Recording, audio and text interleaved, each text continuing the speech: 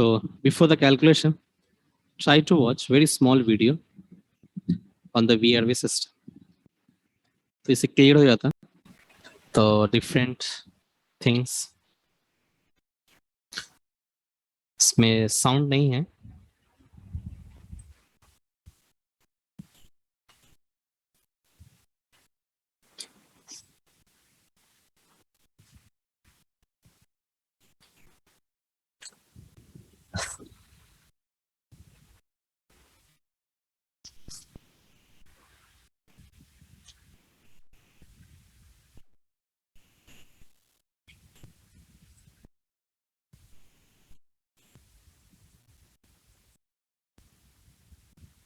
So it is what as a outdoor unit है ना.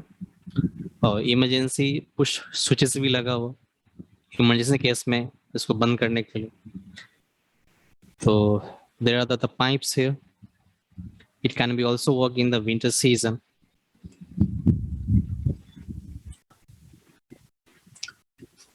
In the hotel.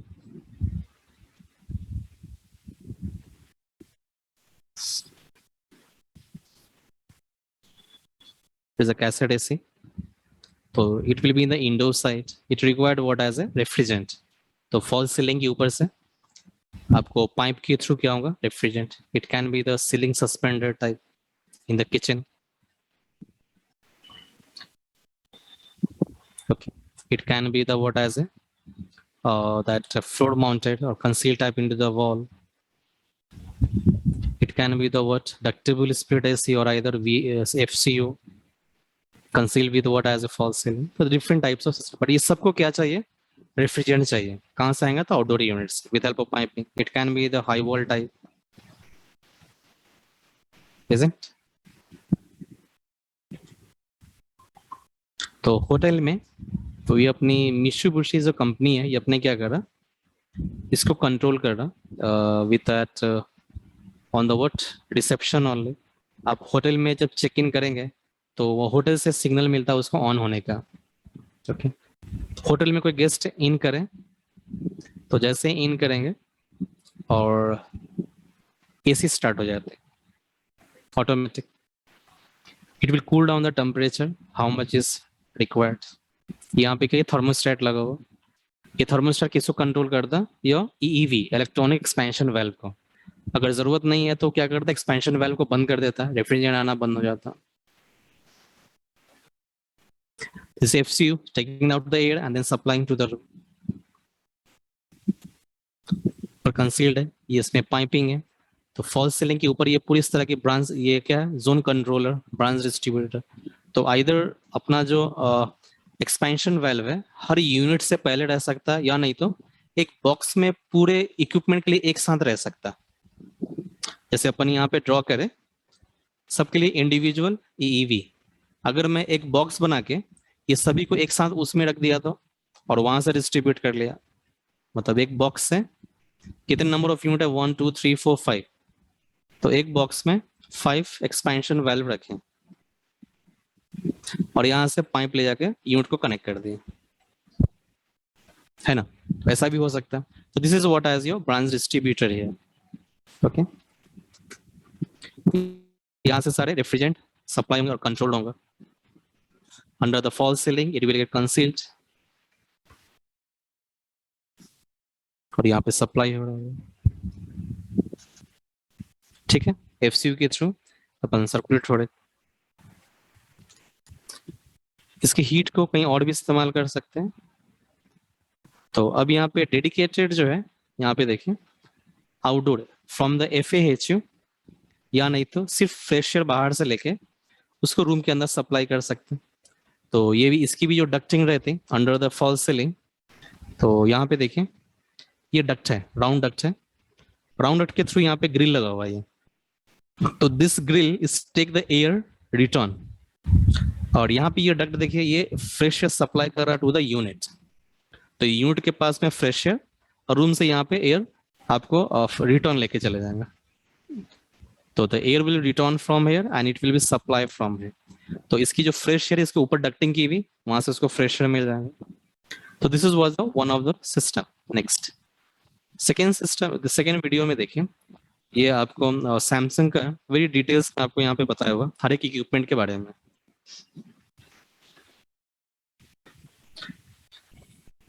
तो DVM is a model number for it. ये outdoor unit है इसका, और DVM उस कंपनी का अपना मॉडल है।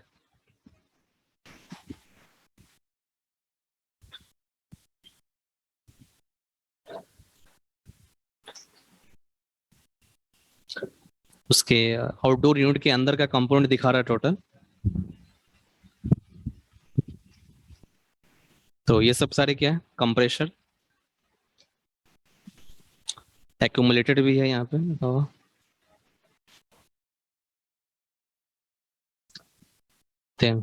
कंडेंसर कॉइल को कूल करने के लिए एक्सेल फैन है। अब ये साइकिल बताता है total. This is your accumulator. तो एक्यूमुलेटर का काम क्या है, देखें, बिल्डिंग से टोटल रेफ्रिजरेंट को लाके यहाँ पे कलेक्ट करेंगे। यहाँ पे देखिए, एक्यूमुलेटर में पूरे बिल्डिंग का रेफ्रिजरेंट आके यहाँ पे जमा होगा, और यहाँ से क्या होगा, वो टोटल वेपर में कन्वर्ट होगा। जो भी लिक्विड होगा वेपर में तब कंप्रेशर में जाएंगे। वैसा यहाँ पे देखें, एक्यूमुलेटर में अभी है टोटल लिक्विड जो वेपर में कन्वर्ट होके तो फिर किसको जाएगा, ये कंप्रेशर को जाएगा। ये फिर किस टाइप की कंप्रेशर है ये, what is the type of the compressor है, स्क्रॉल टाइप ऑफ कंप्रेशर है, मल्टी स्टेज कंप्रेशर है। और यहाँ पे क्या है, ऑयल सेपरेटर। पहले रेफ्रिजरेंट किसके थ्रू पास करे, ऑयल सेपरेटर। यहाँ से ऑयल सेपरेट होकर सिर्फ रेफ्रिजरेंट बाहर जाता। ये किसको जा रहा, फिर ऑयल सेपरेटर से कहाँ जाता, आफ्टर ऑयल सेपरेटिंग कहाँ पे जाएगा, ये कंडेंसर को जाएगा। तो यहाँ पे क्या अपना कंडेंसर है, ये कंडेंसर कॉइल है। कंडेंसर कॉइल को कूल करने के लिए ऊपर फैन लगे हुए। कंडेंसर कॉइल के बाद फिर कहाँ जाना चाहिए इसको, एक्सपेंशन वेल्व को। एक्सपेंशन वेल्व से पहले इसको क्या करें, फर्दर थोड़ा सा कूल कर रहे हैं। तो यहाँ पे प्लेट हीट एक्सचेंजर रहता है, PHE, प्लेट हीट एक्सचेंजर, थोड़ा और बेटर कूलिंग के लिए, जिसको अपन आपने पढ़ा होगा सुपर कूलिंग। तो सुपर कूलिंग के लिए यहाँ पे पहले क्या यूज करते हैं, PHE इंटरकूलर। तब यहाँ से ये कहाँ जाएगा, to the word expansion valve.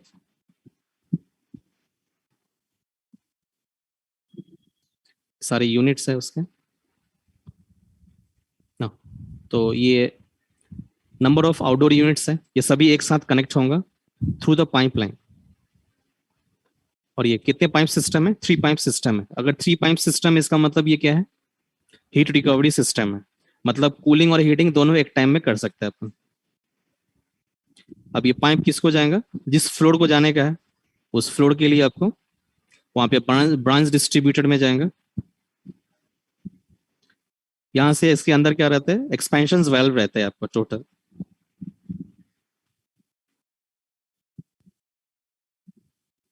ये सेंट्रल डिस्ट्रीब्यूशन यूनिट है, मल्टीपल नंबर ऑफ आपको एक्सपेंशन वेल्व है यहाँ पे। यहाँ से जिस यूनिट को जाने का वहां पे डिस्ट्रीब्यूट होता है, हीटिंग कूलिंग जो भी करना है। अभी फिलहाल हीटिंग के लिए भेजा रहा, देन कूलिंग अगर हुआ तो कूलिंग के लिए भी जाएंगे। ओके, तो ये सारे चीज आपको यहाँ पे इक्विपमेंट्स के बारे में दे रहा। अंडरस्टैंड एटलीस्ट आपको ये कैसा वर्क करता है अपना सिस्टम, ठीक है ना। This was a VRV system video ना। अब इसमें रेफनेट क्या है, ये देखिए, ये रेफनेट है। टी की जगह पे क्या यूज करना है, ये यूज करना है रेफनेट। रेफनेट यूज करने का मतलब जरूरत ये है कि इसमें जो रेफ्रिजरेंट की जो फ्लो रेट में जो लॉसेस होता है टी की वजह से, इसमें नहीं होता। अगर आप टी यूज करेंगे तो ब्रांच में जाता तो उसमें लॉसेस ज्यादा रहता। ओके, स्टैटिक लॉसेस बहुत ज्यादा रहेगा। बट अगर रेफनेट यूज करें तो स्टैटिक लॉस क्या होगा, कम हो जाएगा। और प्रेशर जो है एंड पे सेम रहता है आपको। एक टेक्स्ट यहाँ पे बताया हुआ, तो ये बता रहा कि रेफनेट के थ्रू अगर पास करें तो प्रेशर जो है दोनों ही एंड में क्या रहता है, सेम रहता है। अगर टी लगा दिए तो शायद सेम नहीं रहता, क्योंकि लॉसेस ज्यादा रहता है उसमें। ठीक है, ये रेफनेट है आपका। Next, so let us have a मतलब प्रॉब्लम ऑन इट। एक सपोज कीजिए बैंक स्पेस एरिया है। अब इंडिया में आप जाएंगे, छोटे जितने भी घर रहते हैं, हाउस रहते हैं, सब में VRV सिस्टम है। बैंक में सब में VRV सिस्टम है। ओके, एक लिमिटेशन है, कि अगर आपकी floor area, total floor area 12,500 से मीटर स्क्वायर से अगर कम है तो अपने को वीआरवी सिस्टम यूज करना है। अगर 12,500 से ज्यादा है तभी अपने को चिल वाटर सिस्टम लेना है। नोट लिखिए, ये टेबल ड्रॉ करने के बाद नोट लिखिए, NOTE, note. If floor area is, if floor area is greater than, if total floor area, ऐसा लिखिए, if total floor area is less than or equal to, if the total floor area is less than or equal to 12,500, 12,500 metre square. Sir एक बार और बताइए। 12,000। if total floor area is less than or equal to 12,500 meter square, then we have to use VRV system. Then we have to use VRV system. Full stop. Continuous. If floor area is greater than, if total floor area is, continuous लिखिए, if total floor area is greater than 12,500 meter square,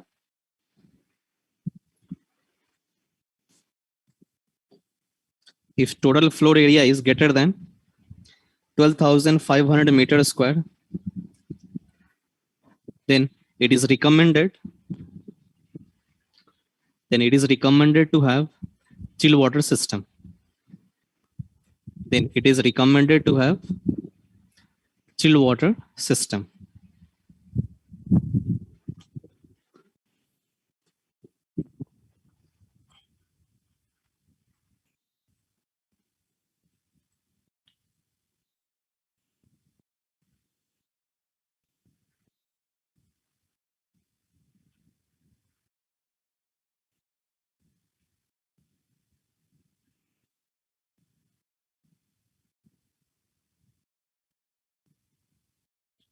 ठीक है ना, तो clear है। तो अब interview में question करते हैं कि वीआरवी सिस्टम कब यूज करना, चिलोड़ा सिस्टम कब यूज करना, तो अपन बोल सकते हैं अगर 12,500 से ज्यादा फ्लोर की एरिया है तो विल गो फॉरवर्ड, ज्यादा है तो चिलोड़ा सिस्टम, अगर उसके उतना तक है तो अपन वीआरवी सिस्टम। ठीक है, नो लेट्स सी, सपोज कीजिए पूरे बिल्डिंग का floor area, carpet area 12,500 metre square है, स्क्वायर फीट में करे तो 10 से और मल्टीप्लाई कर दे तो वो कितना हो जाता है, 1,25,000 स्क्वायर फीट। ठीक है, तो बहुत ज्यादा है वो। ये फ्लोर एरिया कितना है, ऑफिस 2,000 स्क्वायर फीट है। ये पूरे बिल्डिंग की फ्लोर एरिया कितना है, सॉरी ये ऑफिस का 2,000 स्क्वायर फीट है कारपेट एरिया। कितने फ्लोर है, 4 फ्लोर है, कितना होता, 8,000। तो अगर एसी यूज करना है तो कौन सा यूज करेंगे, बेटर है वीआरवी सिस्टम।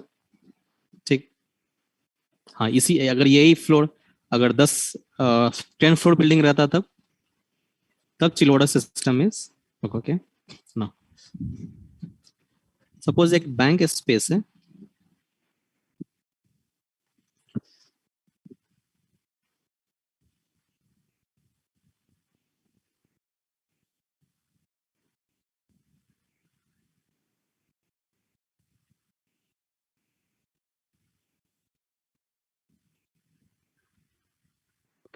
ये बैंक स्पेस है।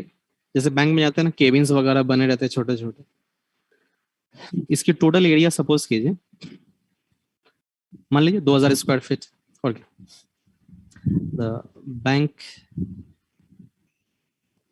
बैंकिंग स्पेस है, एरिया कितना है इसका, 2,000 स्क्वायर फीट। तो बता सकते कितना टन आएगा इसका। तो अभी आपने लिखा हुआ है थंब रूल, इंडिया में अगर रेसिडेंशियल या कॉमर्शियल बिल्डिंग है तो क्या यूज करना है, area square feet by 120। Same formula use कीजिए, area in square feet upon 120। तो कितना एरिया है, 2,000 डिवाइडेड बाय 120, कितना आंसर है, 16.66। 16.66। तो अपन कितने टन का लेंगे, लगभग 70 टन का। ठीक है, तो कूलिंग कैपेसिटी भी रिक्वायर्ड एज ए 17 टीआर।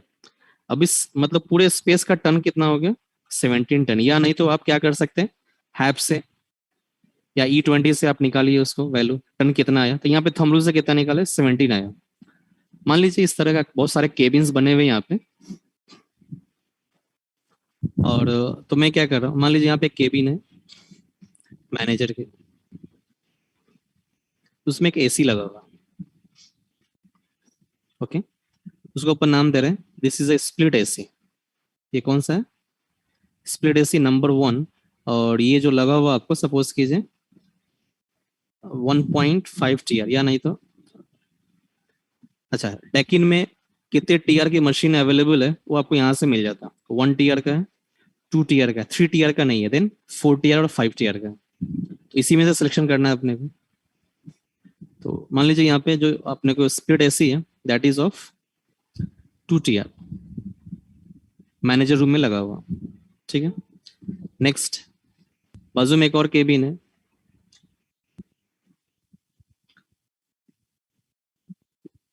उसमें भी स्प्लिट एसी यूज कर रहे हैं नंबर 2, इसकी भी टीआर सेम है, सब सर्विस मैनेजर है यहाँ पे, इसके में 2 टीआर है।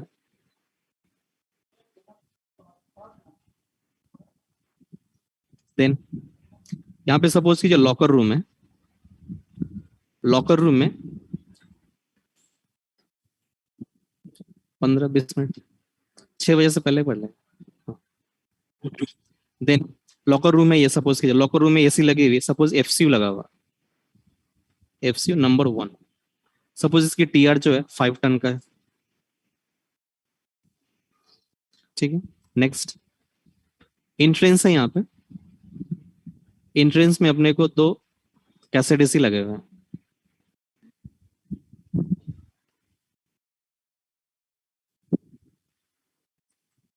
यहाँ पे कैसेट एसी है 4 वे, तो कैसेट एसी नंबर 1 और 4 टीआर, ठीक है। फिर यहाँ पे भी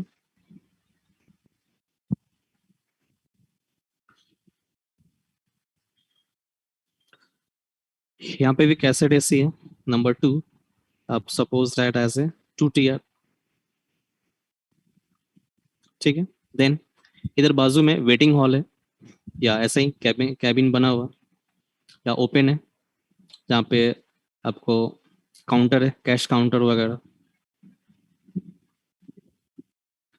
यहाँ पे भी एफसी आपको स्प्लिट एसी लगा हुआ,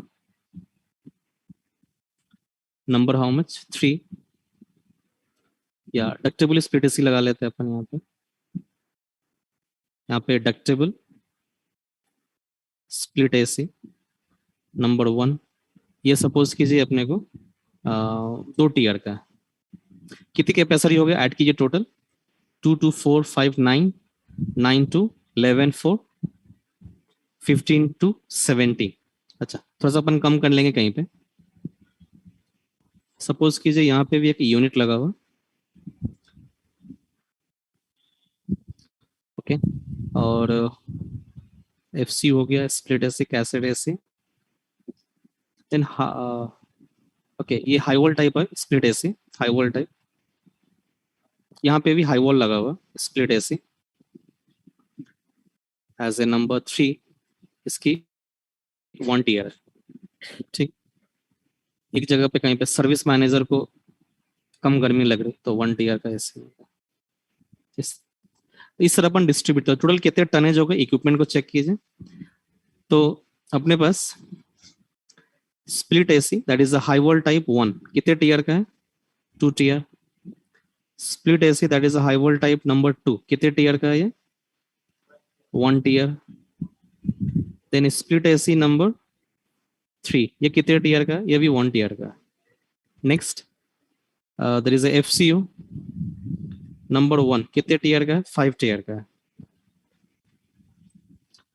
5 टीआर का तो होगा हाँ है। देन क्या अपने को डक्टेबल स्प्लिट एसी नंबर 1 ये 2 टीआर का है, देन और क्या cassette AC number 1 as a how much 4 TR, और कैसेट एसी 2 कितने टीआर का है ये 2 टीआर, ओके।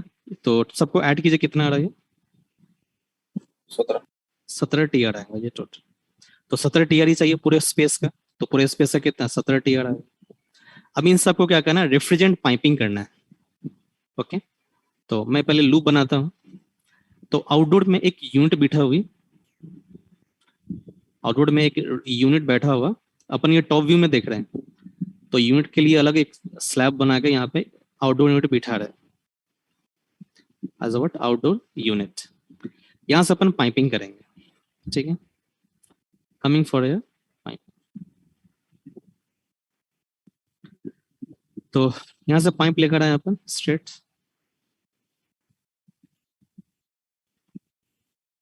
अपन इस तरह भी कर सकते हैं। यहाँ से पाइप लेकर आ गए यहाँ पे, और यहाँ पर रेफनेट लगा दी। टी नहीं लगाना, क्या लगाना है अपने को, रेफनेट लगाना है। रेफनेट की मदद से अपन एक लाइन इधर लेकर आ गए और एक लाइन इस तरफ लेकर आ गए, ठीक है। अब इस लाइन में अपन क्या करें, रेफनेट फिट से लगाए, इस रेफनेट से फिर इस ब्रांच को दे दिए, फिर इस रेफनेट आगे बढ़ेगा,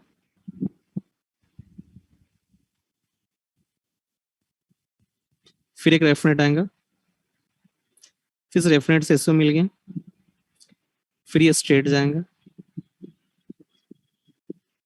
मान लीजिए यहाँ पे डबल रेफनेट, फिर यहाँ पे एक रेफनेट लगा रहे स्ट्रेट,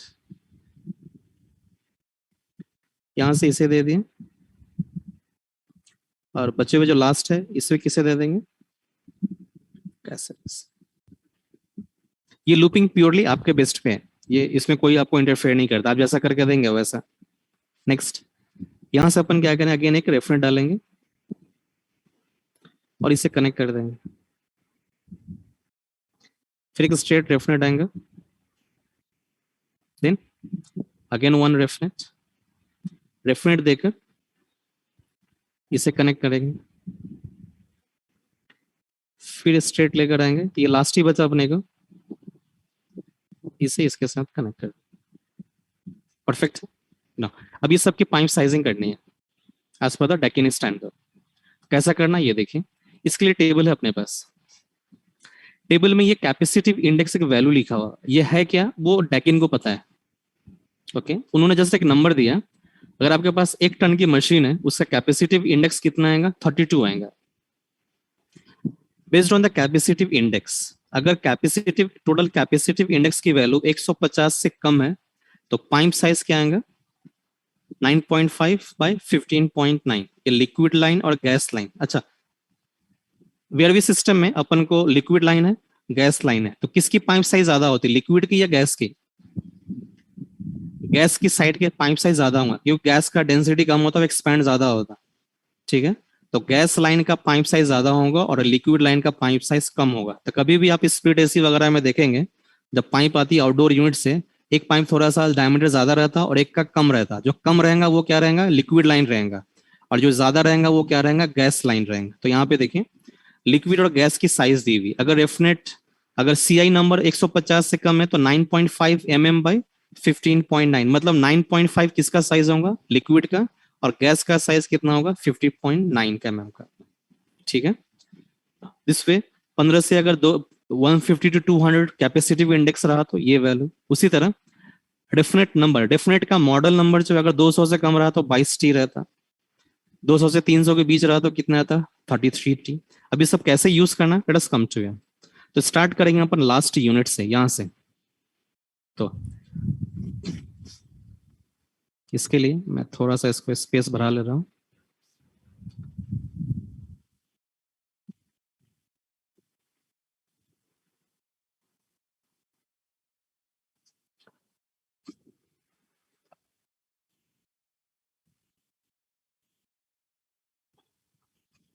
इसका मुझे बताइए, अगर 2 टन की मशीन है, उसका कैपेसिटिव इंडेक्स कितना होगा? तो यहां देखेंगे टेबल में, अगर 2 टन की मशीन है, उसका कैपेसिटिव इंडेक्स कितना होगा, 64 होगा। तो कैपेसिटिव इंडेक्स है 64। तो इसका पाइप साइज कितना, तो इसके पाइप साइज के लिए नेक्स्ट टेबल देखिए, अगर कैपेसिटिव इंडेक्स की वैल्यू 150 से कम है तो क्या आएगा पाइप साइज? तो लिक्विड लाइन का 9.5, गैस लाइन का 15.9 mm। तो इसकी जो पाइप साइज होंगी वो क्या हो जाएंगी 9.5 बाय 15.9। यूनिट क्या है इसका mm। इजी है। सिमिलरली ये साइड का देखिए, कितने टन की मशीन है ये 5 TR। तो बताइए कैपेसिटिव इंडेक्स कितना है इसका, कितना 125। इसके लिए पाइप साइज क्या होगा बताइए? सेम होगा 9.5 बाय 15.9। ठीक है। अब ये पाइप पे, ये जो पाइप आ रहा है स्ट्रेट, इस पे कितना कैपेसिटिव इंडेक्स आएगा? तो दोनों को ऐड कर लीजिए। 125 प्लस 64 कितना आएगा ये? 189. 189। तो 189 is our capacitive index. Next, तो 189 के लिए बताइए पाइप साइज क्या होगा? 9.5 by 19.2 mm is our pipe size. अब यहाँ पे देखिए, ये यहाँ पे एक रेफनेट लगा हुआ, ये यहाँ पे क्या है, एक रेफनेट है। तो इस रेफनेट का मॉडल नंबर बताना है कितना। इस रेफनेट का मॉडल नंबर बताइए कितना होगा। नेक्स्ट टेबल में देखिए, अगर कैपेसिटिव इंडेक्स की वैल्यू 200 से कम है तो कितना मॉडल नंबर है रेफनेट का? 22T। तो इसकी जो रेफनेट मॉडल नंबर है दैट इज 22T। करेक्ट है ना। फिर से अब यहाँ पे आइए, तो यहाँ तक पाइप साइज करेक्ट रहेगा। फिर इसके लिए बताइए कितने टन का, 1 टन का है। तो 1 टन के लिए CI कितना है 32। इसकी पाइप साइज क्या होंगे 9.5 बाय 15.9 mm। फिर इस पाइप का बताइए कितना होगा। तो अगेन ये दोनों ऐड हो जाएगा, 189 प्लस 32 कितना 221. कितना 221. 221। 221 के लिए पाइप साइज कितना? Same 9.5 by 19.2। 221. अच्छा 221 कितना है उसके लिए? Sir, 19. 22.2 हो जाता है। ओके हाँ सर. 22.2 9.5 बाय 9.5 ही है ना। हाँ 9.5 हाँ सर, बाय 9.5 सेम है सर. 22.2 ये पाइप साइज। अगेन यहाँ पे देखिए, इसकी कैपेसिटी इंडेक्स कितना होगा? 2 टन का मशीन है 64। इसकी पाइप साइज क्या हो जाएंगे? Same 9.5 by 15.9। ठीक है। नेक्स्ट, अब यहाँ पे दोनों को ऐड कीजिए, 221 प्लस 64 तो 285। Capacitive index will be equal to 285। तो 285 के लिए पाइप साइज कितना? तो 9.5 by 22. 9.5 बाय 22.2। यहां तक तो आ गए अपन। अब इधर से आने का, ये बताइए कितने टन का है? 3 TR का, सॉरी 1 TR का। तो कैपेसिटी इंडेक्स कितना आएगा 32। तो इसका पाइप साइज सेम 9.5 बाय 15.9। इसके बाद बताइए ये यहां तक आएगा, इसके लिए बताइए कितना आएगा? Capacitive index is equal to 2 TR 64। Pipe size क्या रहेगा? सेम 9.5 बाय कितना 15.9। अच्छा अपन इधर रेफरेंट नंबर नहीं दिए, ये तो 22T आ गया। इसका रेफरेंट मॉडल नंबर बताइए। तो इस पे जो वैल्यू कितना 221 है, ये टोटल इस पे लोड कितना है 221 का। तो 221 के लिए मॉडल नंबर क्या रहेगा? 33T. 33T। फिर इसके लिए मॉडल नंबर क्या रहेगा बताइए? सेम है सर. 285 है, सेम रहेगा 33T। करेक्ट है ना। कमिंग टू दिस साइड, अब इसकी मॉडल नंबर बताइए क्या होगा। अच्छा उससे पहले इसके पाइप साइज बता दीजिए पहले। इसका कैपेसिटी इंडेक्स कितना आ जाएगा? 64 प्लस 32 कितना 96। पाइप साइज कितना रहेगा? Same 9.5 by 15.9। तो इसका अच्छा यहाँ पे, तो इस रेफरेंट का मॉडल नंबर बताइए क्या होगा? 22. Same 22T। फिर इसकी पाइप साइज बताइए फिर कितना? Capacity index how much 4 TR का कितना 84। पाइप साइज क्या हो जाएगा? Same 9.5 by 15.9। अब इसकी बताइए कैपेसिटिव इंडेक्स कितना आएगा, तो 84 प्लस 96 कितना, 180 180। इसकी पाइप साइज क्या आ जाएगा, 9.5 बाय 15 पॉइंट 19.2 सर कितना, 19 19.2, यस 19.2, 19.2। अब यहाँ तक तो अपन आ गए, ओके।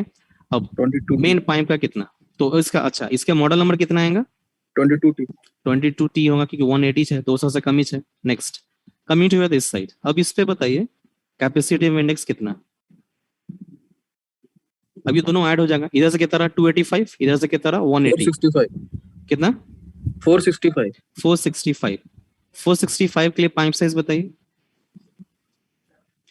300 to 700, तो 12.7, 28.6 12.7 by 28.6 mm।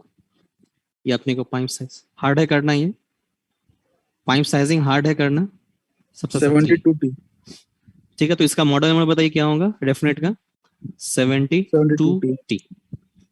क्योंकि 72T में देखिए कहाँ पे है ये देखिए, 300 to 640 रहा तो क्या था, 72T आता। चलिए नोट कीजिए फास्ट।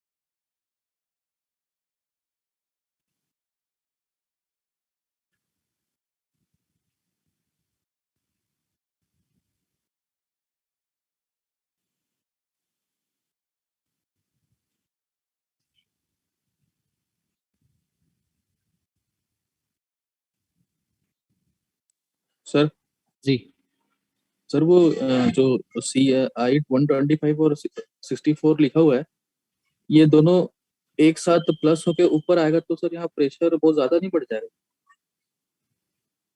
ये सर सारे नीचे नीचे ये सारे 5 टीयर। क्लोज, ये सब क्लोज लूप रहते हैं आपको। जी। तो जिसको जितना लेना है उसका स्पीड जो कंट्रोल हो जाएगा वो अपने को जो एक्सपेंशन वाल्व है वो उसको कंट्रोल करेंगे अच्छा कितना सर, तो जाना ये है। हाँ लिक्विड और गैस एक साथ फ्लो करेगा? नहीं नहीं, ये जो एक सिंगल लाइन दिखा रहा हूँ ना, एक्चुअली ये जी। डबल लाइन है। ये ग्रीन डबल वाला। लाइन रिप्रेजेंट कर रहा है। जी। ठीक है, इसलिए तो पाइप साइज अपन लिखे, दो लिखे, 9.5 जो लिक्विड लाइन होगा उसके लिए, और गैस जो होगा उसका कितना होगा, 22.1।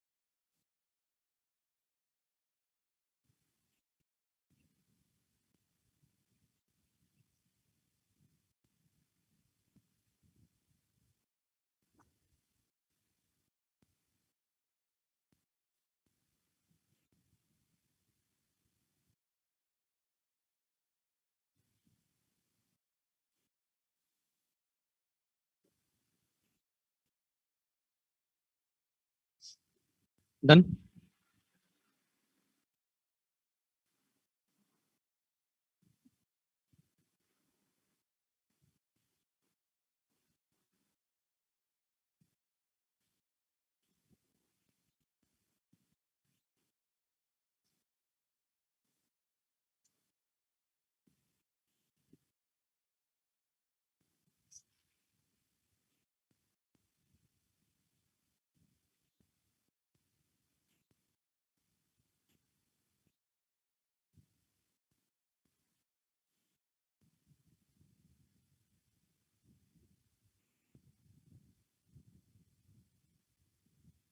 हो गया, चल ठीक। नेक्स्ट, अब ये आउटडोर यूनिट की कैपेसिटी कितना होगा, तो आउटडोर तो इंडोर यूनिट की कैपेसिटी किसमें दिया हुआ, टीआर, या नहीं तो किलोवाट्स में दिया रहता।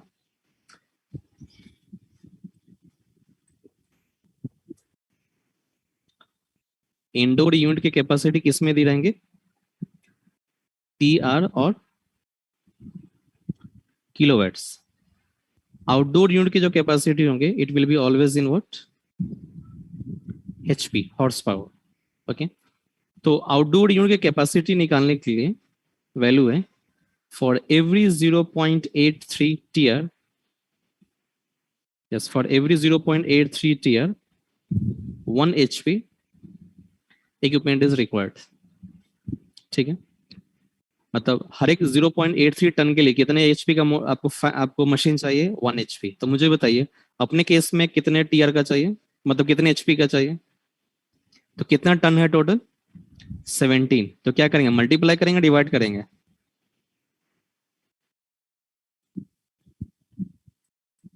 Divided by 0.83। What is answer?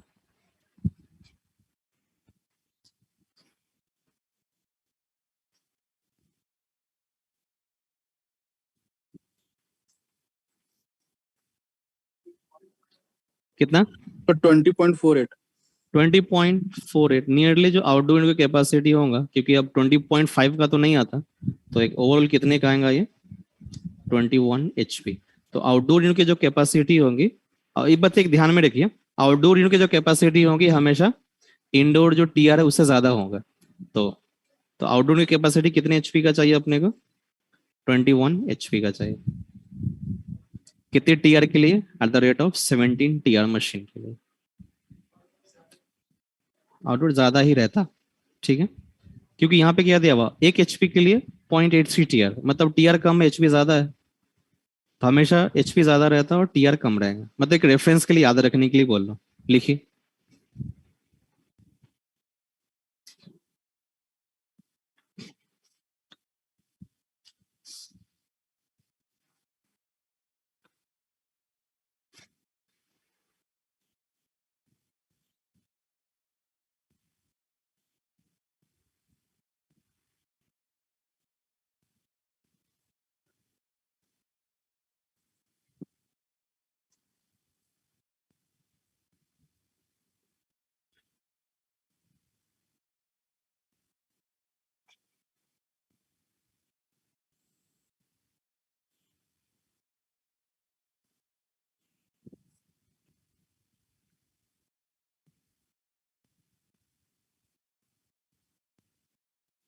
So this one major topic is over, VRV.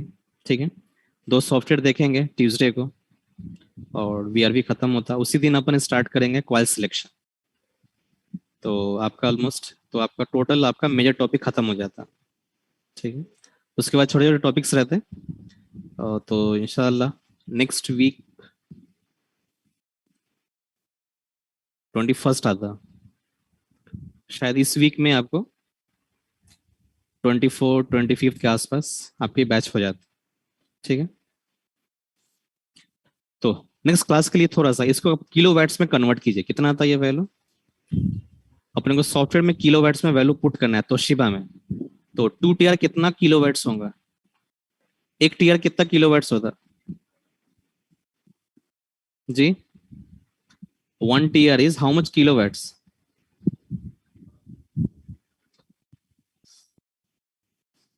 1200। आपको सैंडविच बनाना पड़ता फिर। हाँ, 1 TR is equal to 3.517 kilowatts, तो 2 टीआर कितना होगा? ओके, देखिए सोचेंगे तो आंसर नहीं आता ना, कैलकुलेटर यूज इस्तेमाल करना पड़ता। बोलिए answer.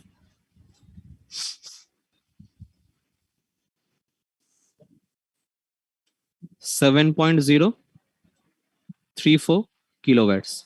1 TR again 3.517 kilowatt. 5 TR कितना होता? 17.585। 5 85। 585 किलोवाट्स। 2 टीआर कितना होगा? सेम 7.034। 4 टीआर कितना होगा? 14.068।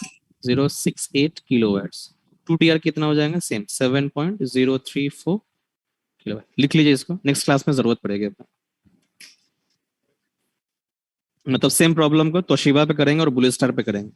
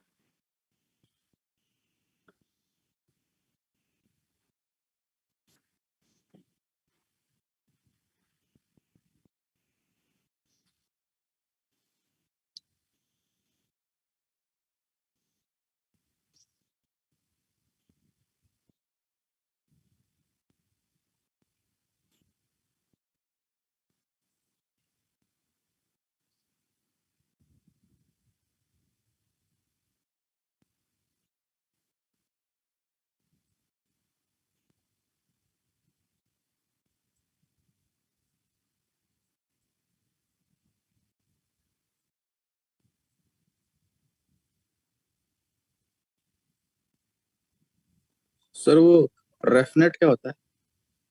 डेफिनेट ऐसा क्यों पूछ रहे हैं आप, क्या होता है?